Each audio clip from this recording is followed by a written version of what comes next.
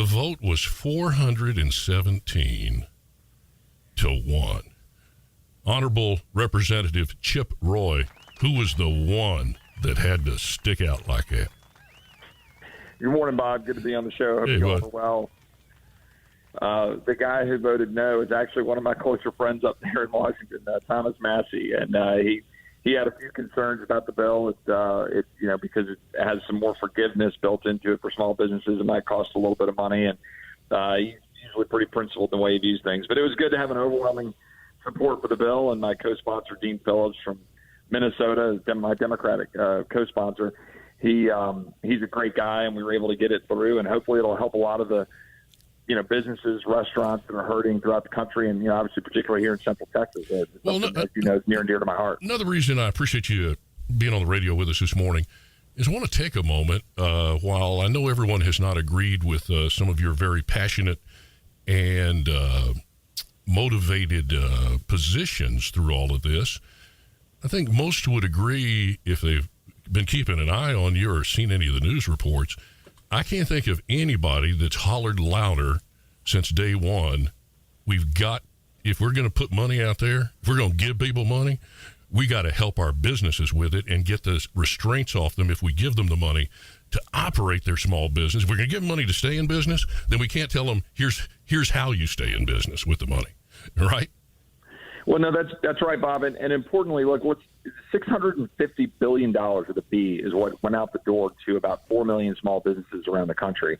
A lot of the businesses here in Central Texas and Austin, San Antonio, and the Hill Country that I represent got that money. But what I kept hearing from dozens, hundreds of them on the phone all day, every day for the last 2 months is we can't risk the capital. We don't know if it's worth the risk of taking on the loan and wondering whether we can get it forgiven because we don't know when we're going to be open again.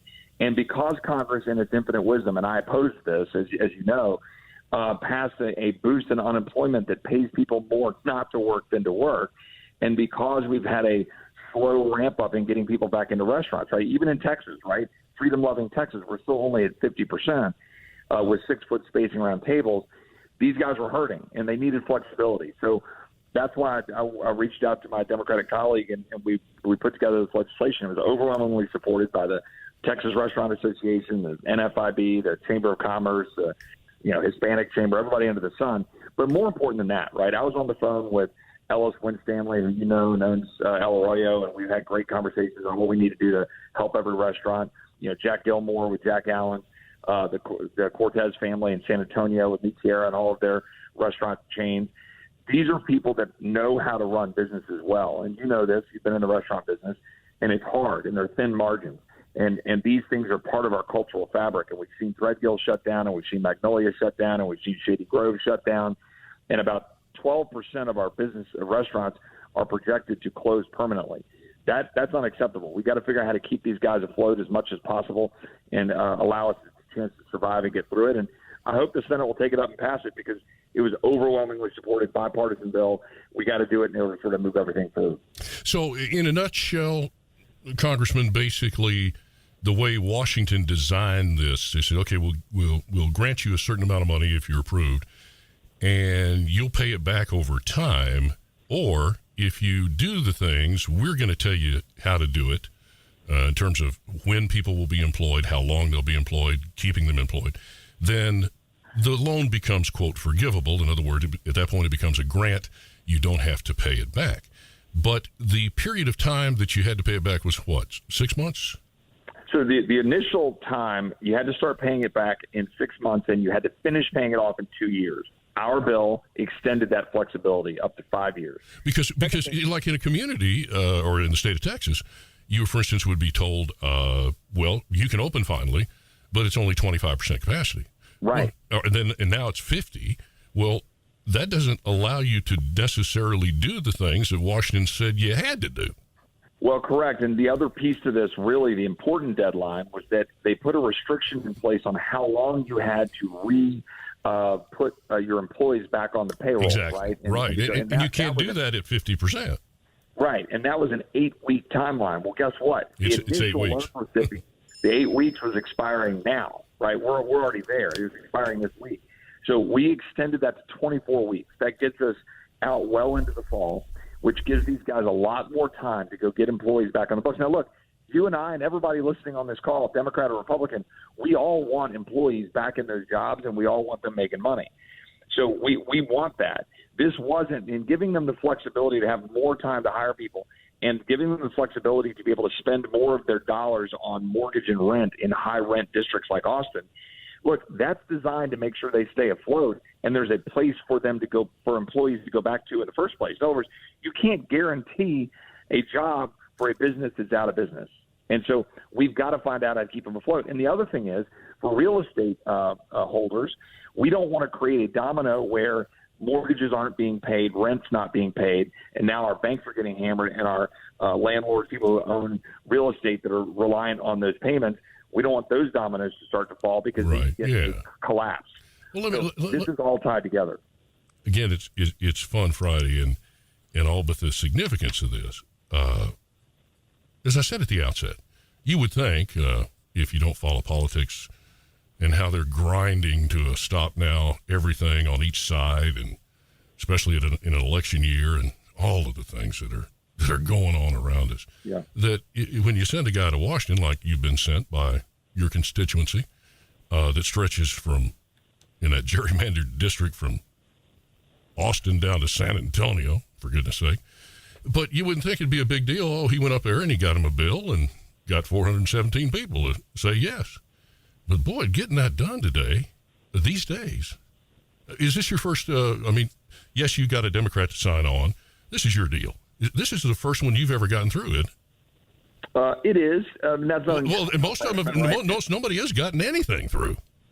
Well, and look, here's the thing that's the misnomer, right? We people say, well, how'd you do this? Well, Dean's a great guy, and we sit down and have a beer, and we get to know each other.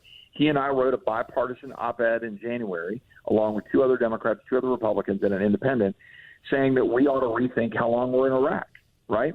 Why? Because we have bipartisan agreement that we ought to rethink that. We want to defend our country, but how long should our guys and gals be over there under a 20-year authorization of force? Now, when I hear talk about that, my point, Bob, is that when you get together and you talk about things where you have areas of agreement and you keep it simple, there's a lot more agreement than disagreement.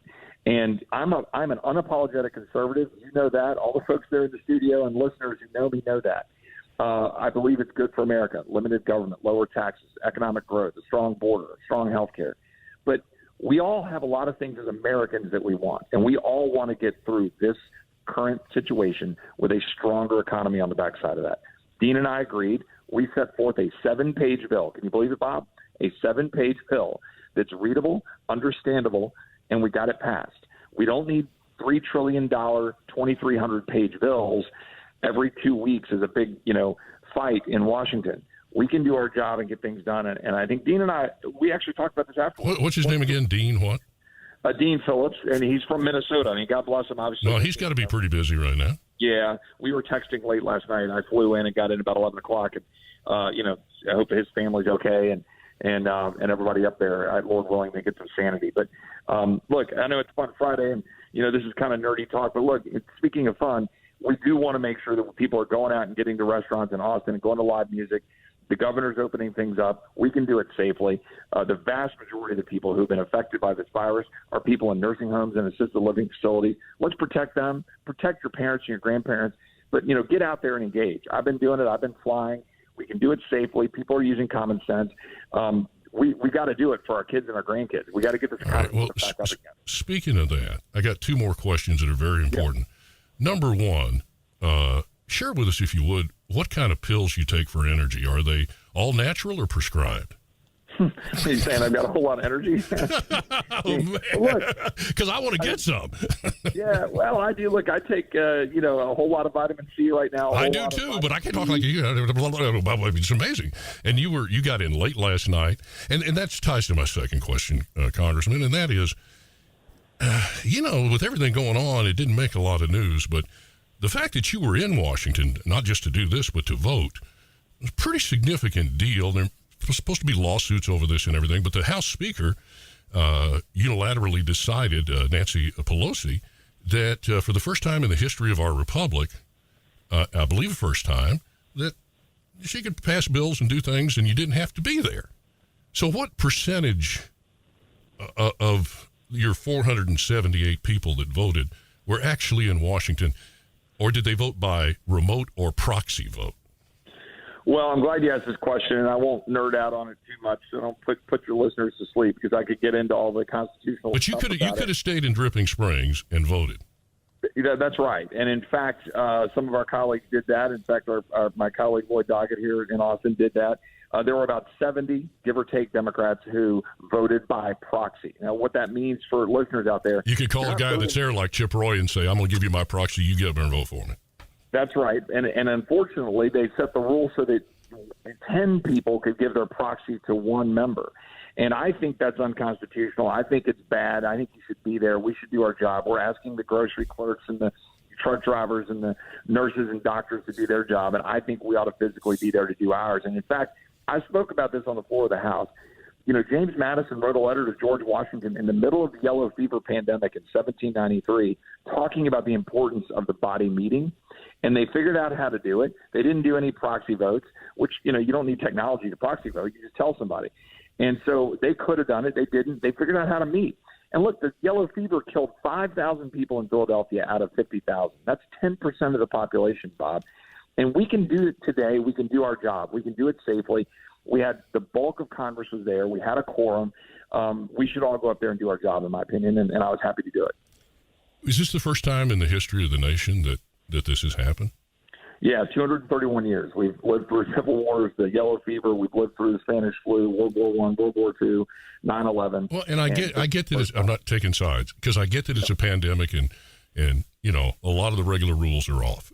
But the other side of the coin is a lot of what you just mentioned. If one person can then control that many votes, that flies in the face of everything we've done in order to, because you can see the pressure they might get under.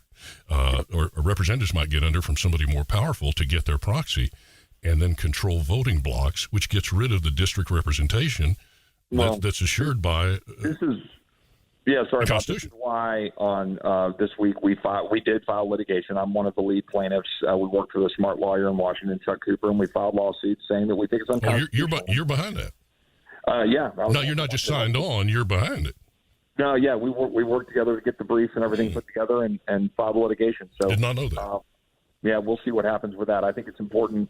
You never know what you can get with the judges and stuff, but hopefully they get to the Supreme Court and we'll have a real debate about it. So, well, welcome back to town. How long are you here?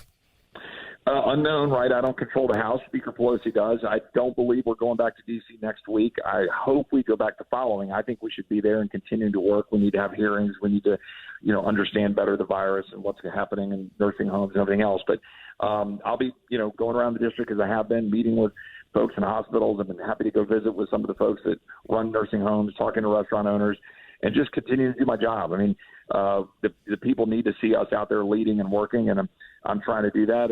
And again, most people are being very sensible. They get it. They socially distance, but they engage. And I just encourage all the listeners out there, giddy up, go out there and get some food and go out to some restaurants and spend some money, go see some live music, and, go down to the Broken Spoke and do what you can to help everybody and get out there.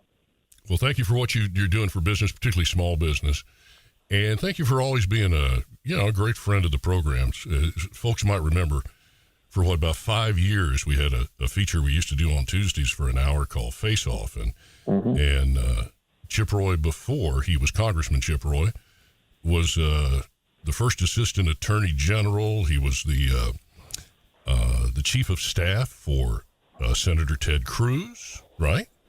Worked for Governor Perry. I mean, you have quite a background. And we're proud that KOKE FM is on your resume somewhere if you haven't taken it off. I like to put it up at the top of the resume because it was one of the most fun experiences I've been a part of, because you guys are just a great station, a great part of the fabric of Austin when we need it. And, people go through some tough times right now, but, listening to music and listening to Texas country music and the gospel show on Sunday and you guys having fun while you still talk about issues like this, best to Eric and Rita and Scotty and everybody up there, and just thanks for all y'all do. And we appreciate your friendship. Are you able, by the way, to send Eric and Scotty and Troy and Rita and me some of that government money?